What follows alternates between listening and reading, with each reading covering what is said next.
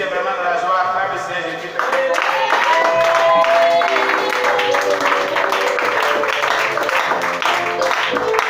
Gloire à Jésus. Voilà, nous allons passer la fête de prière pour notre second message. Amen. Un message merveilleux. Voilà, tu vas fermer les yeux, tu vas prier le Seigneur. Prions le Seigneur notre Dieu. Éternel, nous te rendons toute la gloire. Nous bénissons ton nom, nous t'élévons, nous t'exaltons. Que ton nom soit béni, Jésus. Nous te confions nos cœurs, nous te confions nos vies. Et nous prions, Jésus, que tu prennes le contrôle de ce moment. Et que tu nous parles, notre Dieu. Que nous instruises, notre Dieu. Que nous édifies, notre Dieu. Pour la seule gloire de ton nom. Jésus, bénis ce temps. Et tu voudrais que nous passions dans ta présence. Oh mon Dieu, à l'écoute de ta parole. Ce temps d'écoute ta parole, Seigneur, au nom puissant de Jésus-Christ. Que tout esprit qui ne confesse pas ton nom soit vaincu et détruit au nom puissant de Jésus-Christ. Amen. Voilà, on acclame le Seigneur Jésus-Christ. Gloire à Jésus-Christ. Voilà, nous allons voir la suite de notre série de messages concernant les témoins de Kingsley Valley. Juste une petite chose. Série, suite de ce thème merveilleux. Amen. Donc, juste une petite chose. De Kingsley Valley. Le dimanche dernier, un bref rappel de ce qu'on avait fait. Dieu avait dit de la bouche de son serviteur, Kingsley Valley, au travers de son message, de son expérience. Il dit, puis Jésus-Christ me dit, mon fils, dis à mon peuple qu'il doit être sérieux concernant la restitution, les vœux dans l'église et le paiement de leurs dettes. Amen. La raison est que les anges dont je t'ai parlé, ils ont quitté le ciel pour venir dans le monde. Quand je t'avais donné le message pour les élus, étaient arrivés dans le monde le 18 novembre 2013. Mais je suis allé rapidement les arrêter et j'ai retourné auprès de mon père pour lui présenter mon sang et demander d'accorder plus de temps parce que ceux qui sont prêts sont peu nombreux. Et mon père accepta cependant. Il n'accorda que quelques mois plus tard, quelques mois plus, et il ne m'a pas dit quand ce délai va expirer. Nul ne connaît le moment, pas même le Fils, mais le Père seul. Je m'étais préparé, habillé, et je suis prêt à venir. Aussitôt que les mois prendront fin, et que mon Père me demandera d'aller, j'irai ramener mon peuple à la maison. Amen. Ce n'est pas un aliment qui nous rapproche de Dieu. Si nous mangeons, si nous en mangeons, nous n'avons rien de plus. Si nous n'en mangeons pas, nous n'avons rien de moins.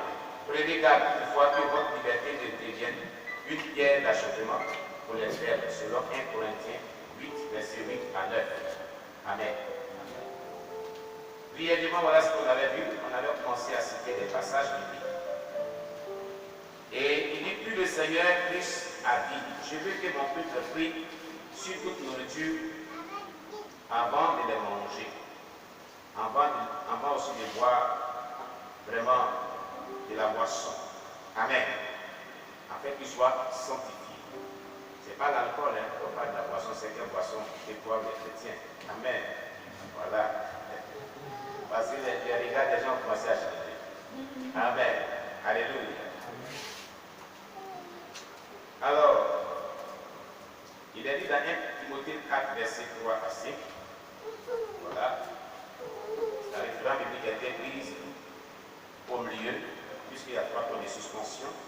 Prescrivant de ne pas se marier et de s'abstenir d'aliment que Dieu a créé pour qu'il soit pris avec action de grâce à ceux qui sont fidèles et qui ont connu la vérité, car tout ce que Dieu a créé est bon et rien ne doit être rejeté pourvu qu'on le prenne avec action de grâce, parce que tout est sanctifié par la parole de Dieu et par la prière, déclaré 1 Timothée 4, verset 3 à 5. Moi, le Seigneur Jésus-Christ, je n'ai rien dit sur certaines choses. Amen. Alléluia. Que le nom de Dieu soit béni. Gloire à Jésus-Christ.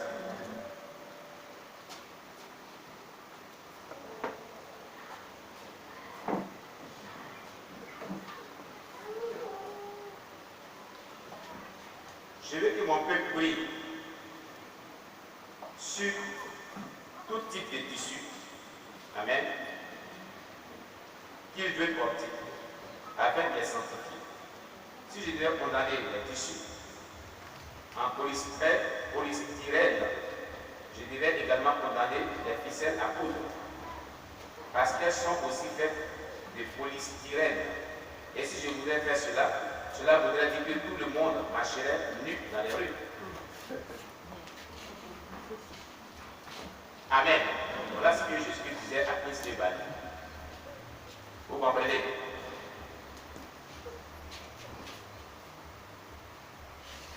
Je ne suis pas l'auteur de la confusion.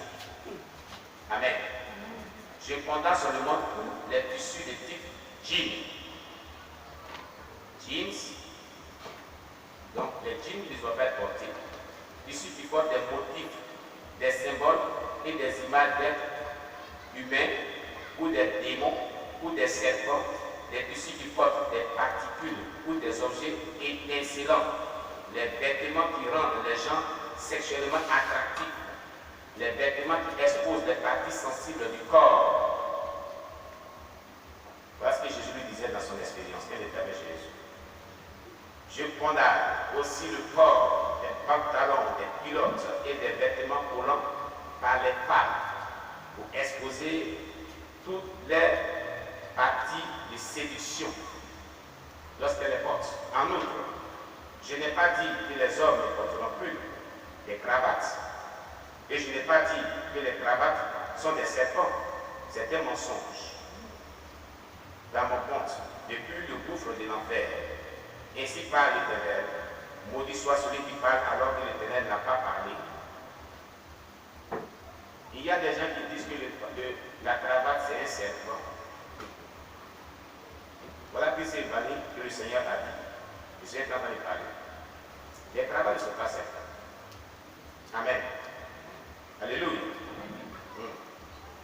Les cravates ou les vestes ne portent pas des motifs brillants, sont des tenues divines et administratives. Les vestes portées par des femmes avec une bonne jupe ne sont pas des péchés. Non plus. Moi, le Seigneur Jésus-Christ, je ne condamne pas les vestes féminines si elles sont portées avec une bonne blouse qui n'expose aucune partie de leur mamelle. Moi, le Seigneur Jésus-Christ, je veux que mon peuple sache que depuis le début du témoignage du pasteur grec, intitulé L'heure de l'enlèvement est venue, jusqu'à la fin de la troisième partie, tout ce qu'il a dit, rien ne vient de moi. Les choses qu'il a dites, en affirmant que j'étais apparu sur la partie supérieure de l'écran de son ordinateur et les nuages et le feu dont il a parlé, qui sont entrés dans sa maison, sont toutes des faussetés. Elles ne sont pas du tout vraies. Le tissu dentelle qu'il a présenté du début de la deuxième partie de son message, en disant que la raison pour laquelle il l'a porté dans la première partie du message était qu'il n'avait pas parcouru tout son message avant d'exposer le premier message. Ce qu'il a dit est un mensonge. La raison pour laquelle il a déchiré l'habit de dentelle était que des gens de toutes sortes l'ont rencontré et l'ont appelé en lui disant que l'habit de dentelle qu'il a porté dans ce message n'était pas bien parce qu'il avait des ouvertures et certains ont fait de lui un sujet de risée. C'est pour cela qu'il l'a déchiré. Mon fils, Jésus-Christ m'a appelé et dit, je t'envoie pour apporter la réponse à la prière de mon peuple par rapport au message du pasteur grec qui cause beaucoup de confusion dans l'Église aujourd'hui. Amen.